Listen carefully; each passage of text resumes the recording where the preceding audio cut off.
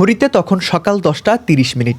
ঢাকার হজরত শাহজালাল আন্তর্জাতিক বিমানবন্দর থেকে ডানা মেলল ব্লু ওয়েব এয়ারওয়েজের ফ্লাইট BWA-789। গন্তব্য পর্যটন নগরী কক্সবাজার। বিমানে যাত্রী 8 জন এবং কেবিন ক্রু 2 জন। আকাশ তখন শান্ত, সবকিছুই স্বাভাবিক। কিন্তু উড্ডয়নের ঠিক 10 মিনিটের মাথায় কক্সবাজার বিমানবন্দরের কন্ট্রোল টাওয়ারে বেজে উঠল সেই ফোনটি। অপর প্রান্ত থেকে ভেসে উঠল এক ভয়ঙ্কর বার্তা। বিমানের ভেতরে বোমা রাখা হয়েছে, যে কোনো মুহূর্তে এটি বিস্ফোরিত হতে পারে। মুহূর্তের মধ্যেই পাল্টে গেল দৃশ্যপট। কন্ট্রোল টাওয়ারে শুরু হলো চরম উত্তেজনা। বার্তাটি সত্যি নাকি মিথ্যা তা ভাবার সময় নেই, কারণ এখানে জড়িয়ে আছে মানুষের জীবন। দ্রুত খবরটি পৌঁছালো বিমানবন্দর পরিচালক এবং এভিয়েশন সিকিউরিটি ইনচার্জের কাছে। হুমকিটিকে বাস্তব মনে করে বিমানবন্দর পরিচালক রিস্ক অ্যাডভাইজরি গ্রুপের সাথে জরুরি বৈঠক করলেন। ঘোষণা করা হলো ফুল এমার্জেন্সি। মুহূর্তেই সক্রিয় হয়ে উঠল বিমানবন্দরের এমার্জেন্সি অপারেশন সেন্টার বা ইওসি। কক্সবাজার বিমানবন্দরের রানওয়ে তখন এক যুদ্ধক্ষেত্র। খবর পেয়ে ছুটে এলো বাংলাদেশ বিমান বাহিনী, সেনাবাহিনী, র্যাব, পুলিশ এবং এপিবিএনের চৌকস দল। প্রস্তুত ফায়ার সার্ভিস ও সিভিল ডিফেন্স এবং মেডিকেল টিম। যেন এক মহাপ্রলয় মোকাবেলার প্রস্তুতি। টান টান উত্তেজনা, চারদিকে সাইরেনের শব্দ। সবাই প্রস্তুত সেই বিমানটিকে নিরাপদ করতে এবং বোমা নিষ্ক্রিয় করতে।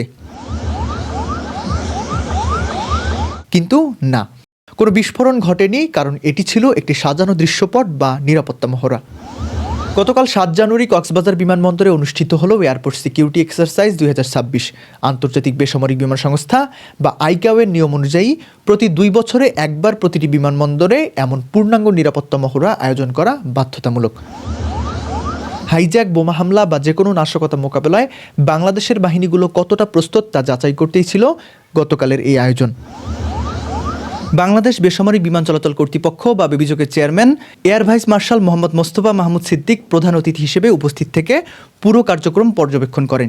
তিনি দেখেন কিভাবে বিভিন্ন বাহিনী নিজেদের মধ্যে সমন্বয় করে একটি সংকট মোকাবেলা করে।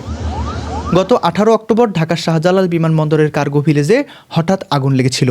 সেদিন বেবিচক, বিমান বাহিনী, সেনাবাহিনী এবং ফায়ার সার্ভিসের নিখুঁত সমন্বয়ের কারণেই বড় কোনো দুর্ঘটনা ছাড়াই রাত 9টার মধ্যে বিমানবন্দর আবার চালু করা সম্ভব হয়েছিল। গতকালের মহড়াতেও প্রধান অতিথি সেই সমন্বয়ের উপরই জোর দিয়েছেন। প্রধান অতিথি বলেন, এ ধরনের মহড়া শুধু দুর্বলতা শনাক্তের সুযোগই সৃষ্টি করে না, বরং বিভিন্ন সংস্থার মধ্যে কার্যকর সমন্বয় বৃদ্ধি করে যাত্রীদের আন্তর্জাতিক মান নিশ্চিত করতে গুরুত্বপূর্ণ ভূমিকা পালন করে।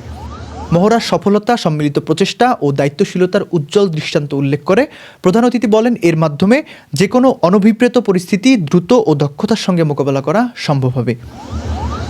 শুধু নিরাপত্তা নয়, কক্সবাজার বিমানবন্দর এখন উন্নয়নের এক বিশাল কর্মযজ্ঞের সাক্ষী। রানওয়েকে 10,700 ফুটে উন্নীত করার কাজ চলছে দ্রুত গতিতে, যা এটিকে আন্তর্জাতিক মানের বিমানবন্দরে রূপ দিচ্ছে। তৈরি হচ্ছে দৃষ্টিনন্দন নতুন আন্তর্জাতিক টার্মিনাল। সরকার চাইছে কক্সবাজার শুধু পর্যটন নয়, হয়ে উঠুক দক্ষিণ এশিয়ার অন্যতম এভিয়েশন হাব। ব্লু ওয়েব এয়ারওয়েজের সেই কাল্পনিক বোমা হুমকি আজ চোখে আঙুল দিয়ে দেখিয়ে দিল কর্তৃপক্ষ প্রস্তুত। আকাশপথে যে কোনো ঝুঁকি মোকাবেলায় বাংলাদেশের নিরাপত্তা বাহিনী এখন আগের চেয়ে অনেক বেশি দক্ষ ও শক্তিশালী। কারণ দিন শেষে যাত্রীদের নিরাপদে বাড়ি ফেরানোটাই বেবিচকের মূল লক্ষ্য।